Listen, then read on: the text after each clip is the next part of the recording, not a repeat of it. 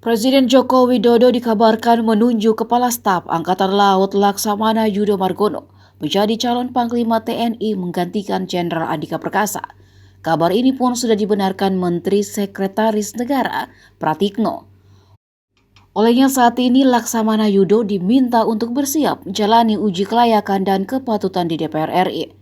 Meski begitu, penunjukan itu membuat Laksamana Yudo tidak ingin berandai-andai jika dirinya lah nama yang ditunjuk Presiden Joko Widodo untuk menjalani fit and proper test calon Panglima TNI di DPR.